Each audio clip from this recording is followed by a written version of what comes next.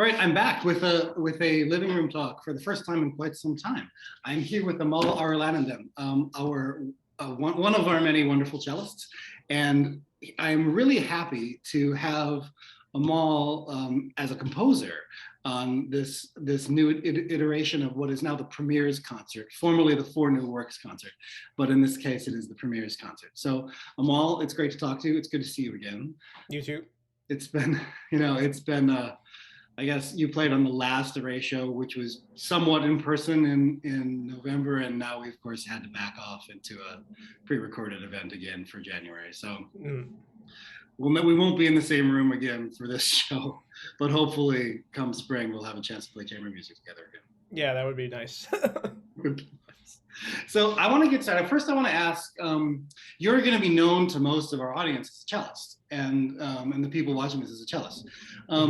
But the first I had seen of you making work for yourself, of your own, making works of your own for yourself, was last year when you did our interstitial space event, the broadcast. So if you could talk a little bit about your background as a performer and as a creator of your own work, and is this a new thing for you? Is this something you've always done and just only recently started sharing, or have I just been out of the loop this whole time?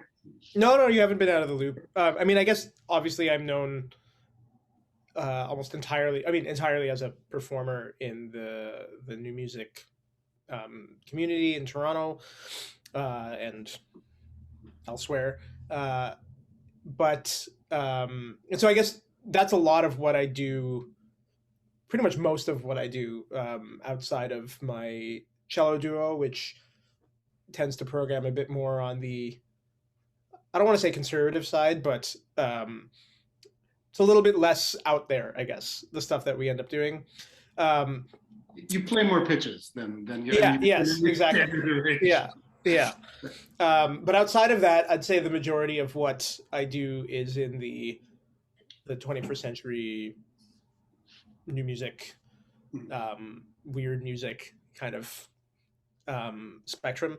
And actually, so for me, it's kind of a nice thing when I do get to perform something like Poulenc or Brahms or Beethoven or something like that once a year or whatever it is that I get to do it. That's kind of the novelty for me in getting to do that stuff.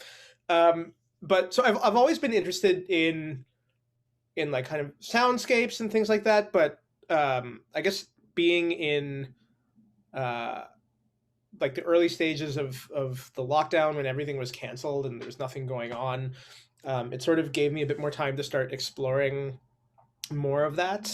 I would say when it comes to things like Max MSP and stuff like that, it really hurts my brain. And I get quite overwhelmed when looking at things like that. Like I've seen some of the patches that Dan has made and just every 4 years or so I think to myself, I really ought to learn how to do something in Max, and I give it a try, and then I stopped. Yeah. And then another couple of years I try again, and it just has yet to take. It just hasn't worked for me. So yeah, I totally get it. Mm-hmm. But what I do really like and have always liked is gear. I really love gear and like physical gear and analog gear and stuff like that. And so I slowly started accumulating kind of this mass of pedals that I have kind of in front of me at my feet right now. And then this electric cello that I rented from Long McQuaid and still have. I'm still paying them monthly for it. And just started messing around. How long has it been now? How long has it been? Like a year and a half, I think something like that. And I just kind of started messing around with sounds. And then I had also purchased a license for Ableton Live, and slowly started trying to learn things. And then I realized that I can use Ableton sort of as like a more of a template or a platform for just post-processing stuff that I'm doing with my pedal board here. And I've always kind of liked the soundscapey ambient kind of vibe. and I decided to just start doing some improvisations. And so the thing on interstitial space was actually um, two improvisations on either side of another improvisation with a beat that Dan ended up making, which worked out quite well. And it was all done live with no overdubs, just with the gear. Like I have a variety of micro loopers and things like that, and using the looper plugin in Ableton with some other like Shimmer and Square Wave modulation plugins and a bunch of other stuff like that, just to get these large, kind of expansive, improvised soundscapey type things. And it's really interesting. Sometimes it works out in a way that I really like, and sometimes it's a bit odd because you never really quite know where things are going to take you when you're improvising. And I guess for me, improvising has always been a pretty significant part of what I like to do, tonally and otherwise. I really like the freedom that it affords. Kind of once you get out of your own way and just let things happen. Have you always improvised on cello as well? Because I know you're also, I mean, you play like heavy metal guitar, correct? Right. So yeah. With that, so I mean, obviously, improvisation comes a lot hand in hand with doing that. It's like has improvising the cello always been kind of rolled into that, or has it been? I guess in a way. So there was a time when I was younger where I like quit the cello, and like part of me coming back to playing was joining this band with a few friends of mine. And for that, I would write my parts by improvising them over top of whatever came, and then improvise solos. And then while I was at U of T, I played in some ensembles with Andrew Downing that had some elements of improvisation, and then we took some improv lessons with cellist Matt Brubeck, and it's always been kind of a part of what I've done. And then when I got more into new music, there was the whole free improv thing, and then I got introduced to Cobra and like all this stuff like that. So there's always been that side of things that I feel like I haven't gotten to explore really as much as I would like in various capacities, and this is kind of giving me like one outlet to develop that. Cool. So the piece on this concert will be improvised, and how much planning do you do? For this, I'm trying to do more planning. Don't do it on my account. I was just curious.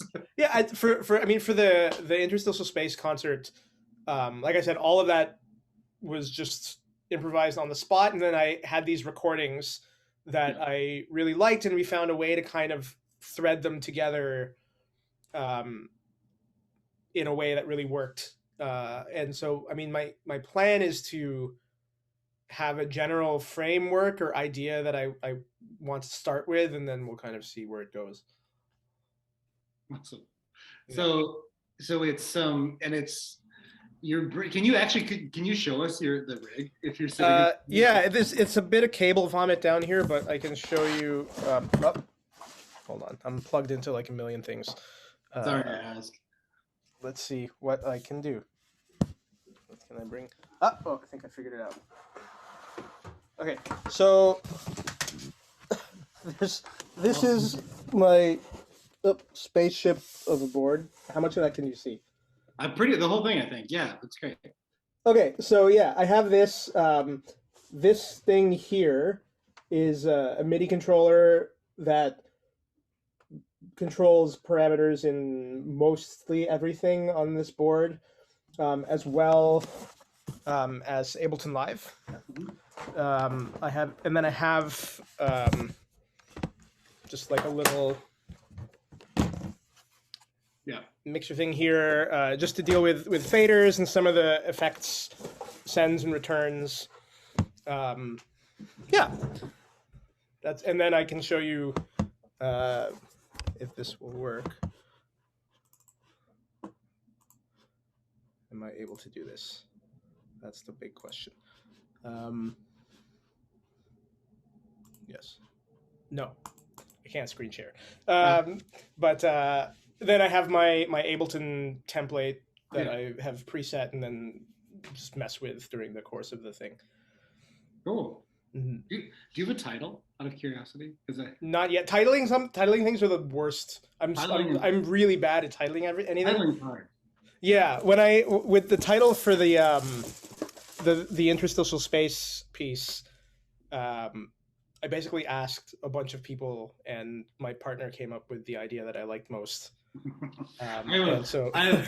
I have a composer friend who actually wrote himself a program that randomly assembles 2 words from the English language, and he just scrolls through it till he finds one that seems to suit, and then and that's the title for his piece. I like that. I think that's how a lot of metal bands name themselves.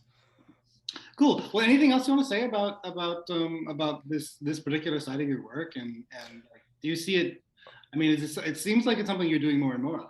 Yeah, it's something that I would love to expand and develop and just get better at. And I'm hoping to get more opportunities to do things like this. So this is really great when you suggested this. And actually, like Dan and I had kind of a project in the works with the 2 of us that just we haven't been able to find time to just get together and make things happen. But it's definitely something that I want to pursue more. Like, it's interesting hearing the term composer applied to me, because I don't know if I'd go that far.